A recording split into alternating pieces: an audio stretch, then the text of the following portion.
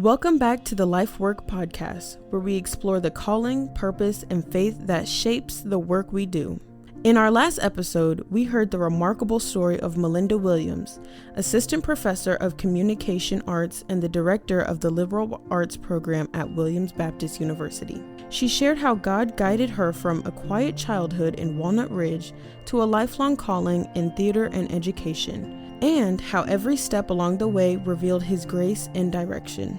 This week, we will continue the conversation.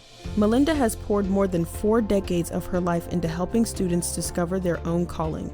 And in this episode, we'll dive even deeper into the faith and experiences that have shaped her journey. Don't forget, our homecoming and family weekend kicks off Friday, October 31st through November 2nd. Now, let's join Dr. Stan Norman and Melinda Williams for part 2 of this inspiring conversation on the Life Work Podcast. Welcome to the Life Work Podcast. Today we are rejoined by Melinda Williams. We were delighted to have her on our previous episode as we kind of explored her personal journey as God worked in her life regarding her not only coming to faith, but moving her into a sense of calling and how that calling was to be expressed in vocation. And on this episode, I want to dig into the specifics. And when I think of you, Melinda, I think of your work, and I'm being very simplistic here. I don't know you that well. But what I do know of you, I see 3 categories or 3 domains of work.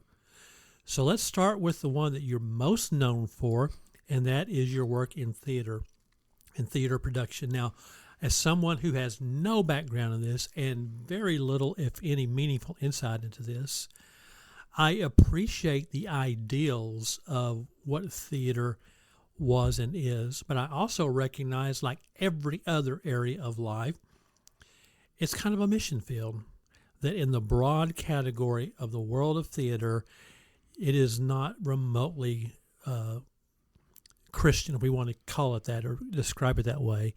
It has its own culture, it has its own values, it has its own ideals, and many, if most, do not square with the gospel. So when you think of your calling, you think of theater as a mission field or a ministry opportunity.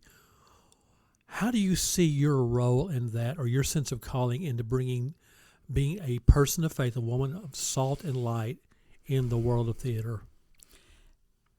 Well, I teach in theater appreciation. I always teach the students that theater was used throughout history.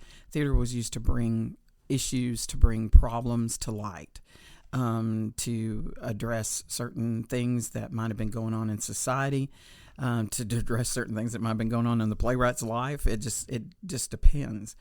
And I think that can still be true of theater as a mission field. You can still bring those issues, but they could be Christian issues. They could be things that exist in your Christian life, because we still deal with some of those, the insecurities and the problems and the conflicts that may be out in the secular world can also be evident in the Christian world. And I think the theater can bring that to light. I always like plays that people can identify with, that people can lose themselves in. And sometimes I just want them to lose themselves in the entertainment value of it, but I also want them to see that, like with the play we're doing in the fall, Moriarty, it's very good versus evil. And in our world today, sometimes we look at it and think, golly, the evil people are overtaking us, and the good guy's not going to win in this one. And I think that sometimes we need stories that tell us that, and stories that sing the praises of love, or in the one that you love so much, Tradition, and Fiddler on the Roof. So I mean, I think it's the best. I think there are values and morals that the theater can bring to light, and I think I also really like it because. And I talked previously about the cast and going into churches and doing kind of the same thing. But you know that in a theater production, there's going to be probably a greater percentage that are non-Christians than there are that are Christians. And so to bring those issues in the professional setting. setting. Yeah, and to bring those issues to light into in front of an audience that may not know anything about that, may not know anything about Christ, may not know anything about love and loving your neighbor, and to bring those, and that evil doesn't always win, and to bring those issues to them, and because they may not go to a church, but they'll go to a theater production. And so, can you think of another category of art that has as powerful a storytelling platform than theater? No, because writing tells stories, but it's a very personal thing. Like I read a book and I'm by myself. When you go to the theater, when you affect one person, that it's mob psychology. When you affect that one person, that person affects someone else and affects someone else, and it's the ripple effect. And I think it happens more in a theater than it does anywhere else, because you're all witnessing this event. It's visual, it's audio, it can be very sensory, even smell, yes, as well as the power of the story being told. And especially in a theater where, well, I'll just say it, in a smaller theater where the audience has to be very close together, they will affect themselves. This person gets affected and he responds, and then the person next to him responds, and it goes on and on. What in your own personal likes, what is the most powerfully moving theater production you either know of, or you produced, or you would say this one tells a story at a powerful level, and it may not be the story that needs to be told, but it's one nevertheless that gets told? I have a very favorite musical, and you said powerful, and I'm thinking, does it need to be serious? Does it need to be? No, it's your preference. I have a very favorite musical, and when my family listens to this, they're going to know. They're going to say, yeah, because when I go see it, and my husband's with me, the last thing he says to me before the curtain raises is no singing. Because he does not want me to sing with the production. Well, you've been building it up. What is it? It is Joseph and the Amazing Technicolor Dreamcoat, and it is actually a biblical story. It is, but it is so much more. It is about dreamers. It's about having a vision. Mm-hmm. It's about having a dream and following that dream, no matter the people around you tell you that you can't, or try to stop you, or throw up obstacles in your way. And I absolutely love that. And I think, I wouldn't say the most, but I mean, it is one of the stories in the Bible that you see God's hand on Joseph from the very beginning. You're speaking to my wheelhouse there, because the Joseph narrative, the Joseph story in Genesis had a shaping, and still does, influence on my understanding of vision, of being a vision caster, of living faithfully to God in order for the vision to come to fruition through the vision cast. I mean, it is defining for me. So I resonate with the Joseph narrative. There's so many times in his life he could have just said, "I'm done. I can't." I or know succumb to the temptation and derail the whole thing. Oh yeah, and this is too much, or you gave me this vision and now all these doors are closing and I'm done. But he didn't. So when are we going to do that here? Well, this is going to be a complaint, but I will complain. I can't do it because I don't have enough men. I have seen all right, you men out there, Williams land, time to man up. Time to man up here. I would love to do it, but right now, I'm sorry, guys, but right now, my females are more predominant and stronger in talent than my guys, because I have one experienced guy in the fall production, and the rest of them are new. And so, and there's only 3 of them. No, there are 2 experienced ones in there, and then 2 that are brand new. And I cannot do all of Joseph's brothers and Joseph, which is that would be hard. Guys. That's right. Yeah. And I have seen a production where the brothers are played by women, and we could do that, but I saw David at Sight and Sound, and not all the brothers showed up. We concluded there must have been budgetary constraints on casting. So let me shift gears here to another area of your life and your calling in serving the Lord, and that's in the area of education. So you're not only a theater professional, a teacher of theater. you also are an educator here, and you teach more than just theater here. So what are the other things you teach here? I do speech classes, and I do in those speech classes, I have a voice and diction class. I have some performance classes in it, and then I teach. Did I say speech? Mm-hmm. Okay, got lost track. In the speech classes too, I have communication classes like fundamentals of communication, and then I do journalism classes, and I have some mass communication classes in that, and then some writing classes. And every now and then you'll teach English. Yes, every now and then I teach English. So how do you view your calling as an educator, as a calling of serving the Lord, and that serving the Lord and communicating His purpose in your life and through you to your students, what does that look like, and how do you see that being a ministry? Well, as I said in the previous one, Carrie Mae Snap was my high school theater teacher and art teacher, and she really laid a foundation for my love of art and my love of the stage. And I saw through her, with her guidance and with her support, I found my voice. I found where I belong. I found a way to express myself. I found a way to express my hurts, my dreams, my ambitions, all the things that were going on in my life. And when I started as a teacher, that's what I wanted. I wanted to provide a platform that a student could find themselves. And I'll go ahead and say that this is one of the things I have against online education. Yeah. Because I think that at a brick and mortar school, you're more able to do that. You're more able to be that person to influence and support. A ministry of presence. Yes, right. And so that's kind of what I want. And I want, well, I'll just give this for instance, the play that we're doing in the fall, Ken Ludwig wrote it for only 5 actors. 5 actors performed. There has to be 50 parts in there. There may not be that many, but I think there's 25, 30, something like that, different parts, and you had 5 actors that performed all those. Well, when I had auditions, I had 13 people show up, and I could have easily picked 5 from them and told the rest of them, that's fine, this is good.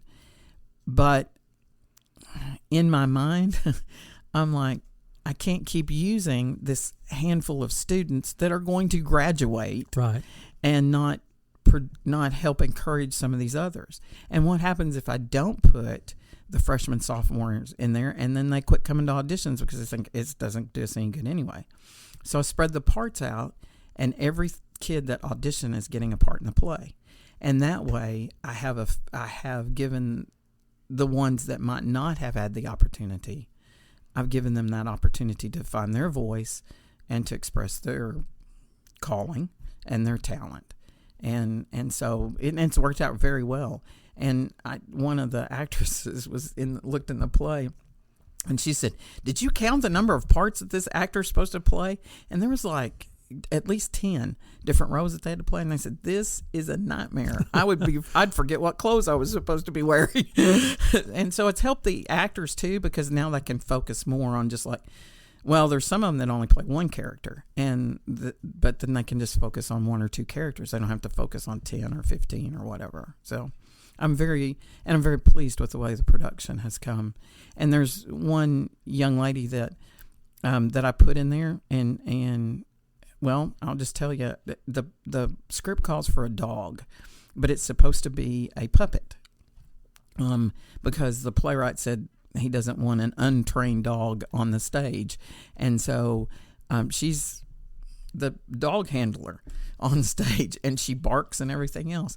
That young lady comes to practice. She doesn't complain. She's working on costumes. She stays after practice and pulls costumes. And I'm like, what would happen if I hadn't put her in a play? You wouldn't have a dog. I wouldn't have a dog, and I probably wouldn't have costumes. You'd have no dog in that fight. So what is your goal? What is your desire for every student you teach, whether it's in theater or in class? If you had just a 1-sentence description of my desire for every student that comes under my tutelage is to come out with this or to be this. I want them to find their voice. That was what I did out here, and that's what. So what does that mean? Find your voice. Find your calling. Find where you belong. Okay. Find the talent that God has put in your life. I never even, like I said, I was an introvert. And so I never thought about being in front of people. That kind of creeped me out a little bit. And I would have never done that. And I want the students to realize that there's so much more beyond what they think they can do. I mean, God has so many things for you that we can't even comprehend. And I want the students to understand that. I want them to understand that, to dream big. God's got big dreams for them. So they need to dream big and trust God and not say, I don't know if I can do that or not. And I want them to like find a voice that maybe they didn't know they had before. You know, it's interesting when we think of that, find your voice, we do think of the actual physical voice. But for some people, that voice, finding that, could be what they do with their hands. Right. Or it could be what they do in different expressions of human creativity or human production other than just speaking. So I know in your theater stuff, some of those students finding their voice is in the back operations of the production. Set production, set creation, costume design. For those students, they're not speaking, but they are creating. Mm-hmm. Yes. I just lost one that I had to design this at this time, and I miss her greatly. Emma Howard. She, and oddly enough, she's not a theater person. She didn't want to be, or she's not really involved in theater, but she had to have an hour's credit. So she came over and did workshop. And she's in her life and in her high school, when she was in agri classes and ag mechanics classes, she built things. And so she built things for me. And then she just stayed and kept building. And then she went into designing. I was thinking about her when you were talking too, about when I was thinking about people that maybe have something inside them that they don't explore, and that's part of finding their voice. She's an amateur filmmaker and won some awards this summer in a film that she produced that I would happen to be in. But. Well, of course you were. So there's a third category of work among the many, many in your life, beyond the theater, beyond the education. You and your husband are heavily involved in the ag community. Yes. So tell our listeners a little bit about your work in that area and how you understand that to be a faithful expression of God's calling and purpose for your life. We raise Shorthorn cattle, and when my daughter, who is 35 now, when she was about 12 years old, she started showing cattle. And at that time, we had a herd of just commercial cattle, not any registered cattle, and with my dad, and that's what she showed. Well, then she fell in love with Shorthorn cattle, and we started our own registered herd. Since she is now a high school teacher, part of her job is being a co-sponsor of the livestock show team at Sloan Hendricks. And so what Warren and I have done, and not just for Sloan Hendricks, but what Warren and I have done since Katie's kind of moving out of the junior show ring and into the more open shows, what we have tried to do is give students the opportunity to show cattle that might not have that opportunity anyway. We have a young lady that's showing one of our bulls. Some people call it leasing. We don't call it leasing. She's just showing him. We pay for the feed for it, and she takes it home, and she trains him, and she buys the feed. I mean, we pay for the feed. She feeds it and takes care of it, shows it for 2 years, and then we get him back. Now, I saw a bad side of this at State Fair last year because a man walked up to us that was this bull. She showed a bull for us last year, too. And it was this bull's last show, and he walked up to us and he goes, "Is that bull for sale?" And I said, "Yes, he is," because we didn't need him. And he said, "Okay." And he said, "I'll write a check for him, and I just want to take him home from the State Fair. I don't want to have to," because he was from South Arkansas. He said, "I don't have to drive back to your house." So I had to walk up to this young lady and say, "Your bull's not going home with you. He's going home with somebody else." And she just burst into tears, and I was like, okay, this is the bad part of this. This is a part of this I don't like. But she called and wanted another one. So I think that she learned from that experience. Life lesson. Yeah, she learned from that experience. I've seen kids that, and she she was kind of introverted too. And I've seen kids that have grown and matured, develop such strong work habits, being involved in that. Yeah. And I know that Warren and I have given them an opportunity that maybe they didn't have before. And there's some that buy from us, that buy cattle from us. We have a student out here now that I got very connected to, Kaylee Cheek, because she bought cattle from us. And she's been a part of it's what Warren calls our family. She's been a part of our family since she started showing as like probably 14, 15 years old. So how many head do you normally run? Right now we probably have around 50. We have a farm. Actually, part of the farm sits inside the city limits of Imbo, and it's where my mother and father lived, and now my daughter and son-in-law live there. Okay. And we have that farm, and then we have a farm out on 62 just right in Randolph County on the way to Pocahontas, and we rent a farm next to us there too, and we have some out there too. Just livestock, no crops? No crops. Okay. And not just livestock, Shorthorn cattle. Sorry. Is that what I have in my freezer? Yes, that is what you have in your freezer. Okay.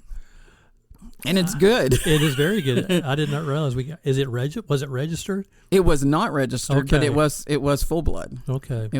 It could have been registered. It just wasn't. We knew his fate when when he was born. Yes. So he was marked. I won't go there. So as we kind of wrap up this conversation, what kind of general encouragement, what kind of general exhortation about calling and work and purpose would you want to leave with our listeners? Well, as you know, our new academic dean has given us a book that we are reading this semester. I've heard about that. Yeah. And I told her, I said, I'm done with this. And she said, why? And I said, because it's hitting way too close to home. Yeah. I have found in reading that book that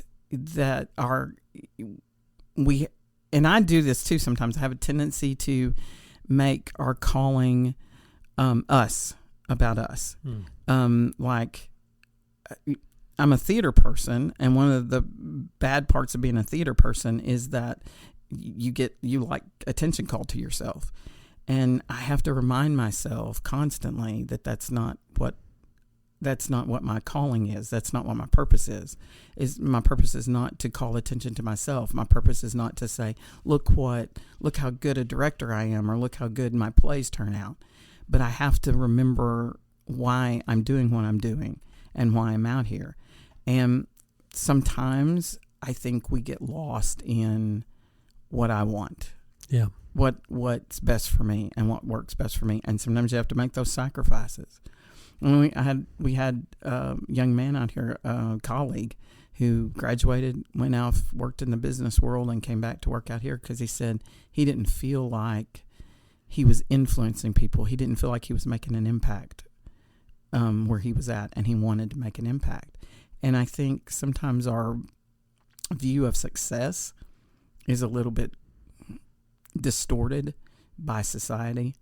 And I think that I would like for my students to realize that their success, when they achieve a calling, when they are felt a calling and they give into that calling, the feeling that you get, and you can't, that's not measured. You can't put that on the same level as having a success like financial success and things like that, because it doesn't give you that same feeling. I think I read somewhere that success could be defined as loving God and loving your neighbor. Yeah. And when that's your focus, you are being faithful and successful in the biblical sense. Yes, and that is very true. And that's what I'd like for the students, because they seem, when they come, they seem very centered on, I need a job that will make me money. I need a job that I can have a nice house and a nice car. And I'm like, you know what? All that'll come. Yeah. You know? Or if you have a house and you have a car, then you're lucky. It doesn't have to be a nice one. You're lucky there. So. Yeah. I think we're more focused on helping them learn to have a life than just have a good job. Yeah. Although we do want them to have a good job. Yeah, but I think a job that fits their calling is probably more important. Amen. Good word. We'll end there. Thank you. Thank you.